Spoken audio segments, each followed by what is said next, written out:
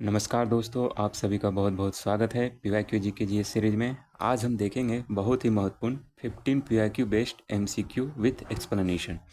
ये सारे क्वेश्चंस अक्सर एग्जाम में बार बार आते हैं और आगे भी आएंगे। चलिए एक एक करके शुरू करते हैं और आप भी प्रयास करिएगा मेरे साथ उत्तर देने के लिए। और वीडियो के अंत में ज़रूर बताइएगा आपको कितने प्रश्न पता थे। तो चलिए शुरू करते हैं पहले प्रश्न से। भारतीय संविधान की प्रस्तावना में समाजवादी और धर्मनिरपेक्ष शब्द किस संशोधन से जोड़े गए हैं? ऑप्शन ए 42वां संविधान संशोधन, ऑप्शन बी 44वां संविधान संशोधन, ऑप्शन सी 52वां संविधान संशोधन, ऑप्शन डी 61वां संविधान संशोधन। तो समाजवादी और धर्मनिरपेक्ष शब्द संविधान में कब जोड़े गए? तो यह जोड़ा गया ऑप्शन ए 42वां संविधान संशोधन, जो कि 1976 में आया था। इस संविधान संशोधन को मिनी कॉन्स्टिट्यूशन भी कहा जाता है क्योंकि इसमें बहुत सारे प्रावधान जोड़े गए थे। तो चलिए आप नेक्स्ट प्रश्न की ओर। निम्नलिखित में से कौन सी नदी कर्क रेखा को 2 बार काटती है? बहुत ही महत्वपूर्ण प्रश्न। आपको बताना है कौन सी नदी कर्क रेखा को 2 बार काटती है। Option A Mahi, option B Narmada, option C Tapti, option C Sabarmati. तो option A is right. Mahi नदी कर्क रेखा को 2 बार काटती है। माही नदी का जो उद्गम है वो विंध्य शेरनी से है और माही नदी अरब सागर में जाकर गिरती है। नेक्स्ट, भारतीय संविधान की किस अनुसूची में दल बदल विरोधी कानून है? एंटी डिफेक्शन लॉ भारतीय संविधान के किस अनुसूची में है? तो ऑप्शन ए 8वीं, ऑप्शन बी 9वीं, ऑप्शन सी 10वीं, ऑप्शन डी 11वीं। तो जो एंटी डिफेक्शन लॉ है वो 10वीं अनुसूची में है।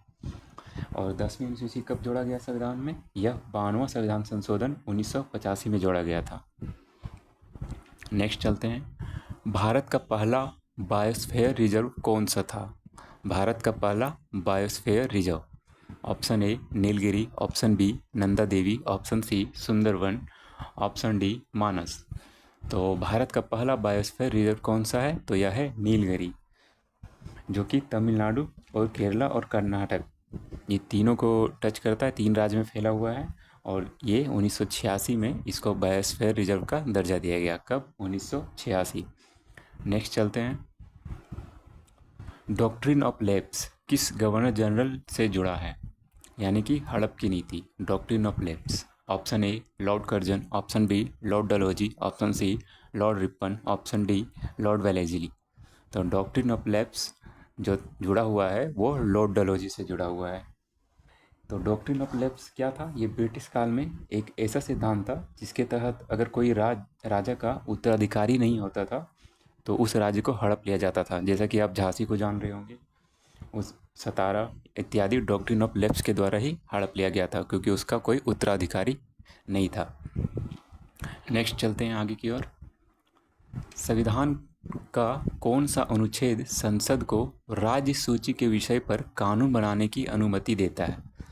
अब बताना है कि राज्य सूची के विषय पर कानून बनाने का अनुमति कौन सा अनुच्छेद देता है। तो राज्य सूची में टोटल 61 विषय हैं और ये 7वीं अनुसूची में है। तो राज्य सूची में भी कौन कौन से विषय आते हैं? तो इसमें पुलिस है, स्थानीय सरकार है, पब्लिक हेल्थ है। तो आपको बताना है आर्टिकल। तो ऑप्शन ए अनुच्छेद 249, ऑप्शन बी अनुच्छेद 252, ऑप्शन सी अनुच्छेद 356, ऑप्शन डी अनुच्छेद 368। तो सही आंसर होगा 249। नेक्स्ट आगे की ओर चलते हैं। पिट्स इंडिया एक्ट कब पारित हुआ? Option A 1773, option B 1784, option C 1793, option D 1813। तो पिट्स इंडिया एक्ट कब पारित हुआ? यह पारित हुआ 1784 में। पिट्स इंडिया एक्ट में क्या था? यह कानून भारत में ब्रिटिश सरकार के सीधे हस्तक्षेप की शुरुआत था। कंपनी का शासन धीरे धीरे सरकार के नियंत्रण में आ गया था इस एक्ट के तहत। तो अब आगे चलते हैं। आपको बताना है निम्नलिखित में से कौन सा दर्रा अरुणाचल प्रदेश में स्थित है? तो अरुणाचल प्रदेश में निम्नलिखित में से कौन सा दर्रा स्थित है? Option A Nathu La, option B Bomdila, option C Zoji La, option D Shipki La. तो अरुणाचल प्रदेश में ऑप्शन बी बोमडिल्ला है।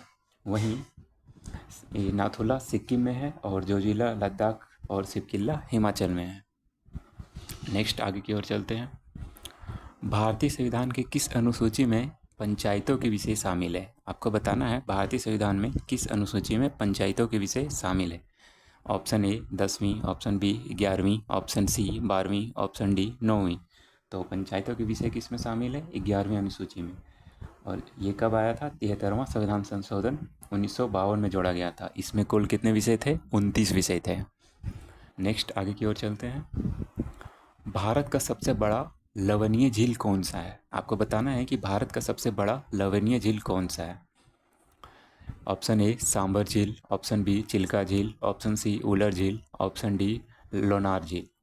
तो भारत का सबसे बड़ा लवणीय झील चिल्का झील है। नेक्स्ट आगे की ओर चलते हैं। दीन इलाही किस मुगल शासक से संबंधित है? क्या दीन इलाही किस मुगल शासक से संबंधित है? Option A Babur, option B Humayun, option C Akbar, option D Jahangir. तो दीन इलाही किससे संबंधित है? यह अकबर ने लाया था। यह क्या था? एक धार्मिक विचारधारा थी जो कि मुगल काल में अकबर के द्वारा लाया गया था। कब? 1852 में लाया गया था। नेक्स्ट आगे की ओर चलते हैं। भारत में मौलिक कर्तव्यों को किस संविधान संशोधन द्वारा जोड़ा गया? आपको बताना है कि मौलिक कर्तव्य को किस संविधान संशोधन द्वारा जोड़ा गया है। ऑप्शन ए 42वां संविधान संशोधन, ऑप्शन बी 44वां संविधान संशोधन, ऑप्शन सी 52वां संविधान संशोधन, ऑप्शन डी 86वां संविधान संशोधन। तो मौलिक कर्तव्य को जोड़ा गया 42वां संविधान संशोधन, यानी कि ऑप्शन ए इज राइट। उस समय 10 फंडामेंटल राइट्स थे। कब? भाग 4A में। और वहीं अभी वर्तमान में 11 फंडामेंटल राइट्स है, फंडामेंटल ड्यूटीज़, मौलिक कर्तव्य 11 हैं अभी, जो कि 11वां कब जुड़ा? 86वां संविधान संशोधन। इसमें 6 से 14 वर्ष के बच्चों को निःशुल्क शिक्षा का प्रावधान दिया गया था। नेक्स्ट आगे की ओर चलते हैं। निम्नलिखित में से कौन सी नदी बंगाल की खाड़ी में नहीं गिरती है? आपको बताना है कौन सी नदी बंगाल की खाड़ी में नहीं गिरती है। Option A Narmada, option B Godavari, option C Krishna, option D Kaveri. तो बंगाल की खाड़ी में नहीं गिरने वाली निम्नलिखित नदी में से कौन सी है? नर्मदा नदी। ये अरब सागर में गिरती है। नेक्स्ट आपको बताना है साइमन कमीशन भारत कब आया था। ए 1927, बी 1928, सी 1929, डी 1930। तो भारत में साइमन कमीशन का आगमन 1928 में हुआ था। यह क्यों आया था? यह गवर्नमेंट ऑफ इंडिया एक्ट 1919 के कामकाज की समीक्षा के लिए आया था, लेकिन इसका विरोध किया गया क्योंकि इसमें एक भी भारतीय सदस्य नहीं थे। 7 सदस्य थे, वो भी अंग्रेज थे, इसलिए इसका विरोध किया गया था। नेक्स्ट आगे की ओर चलते हैं। भारतीय संविधान का अनुच्छेद 32 किससे संबंधित है? आपको बताना है भारतीय संविधान का अनुच्छेद 32 किससे संबंधित है। ऑप्शन ए संवैधानिक उपचार का अधिकार, ऑप्शन बी समानता का अधिकार, ऑप्शन सी स्वतंत्रता का अधिकार, ऑप्शन डी शिक्षा का अधिकार। तो इस प्रश्न का उत्तर आप सभी कमेंट में दें और ऐसे ही सीरीज़ के लिए हमारे साथ बने रहें। आप सभी का बहुत बहुत धन्यवाद। मिलते हैं अगले वीडियो में। आप सभी को शुभ रात्रि।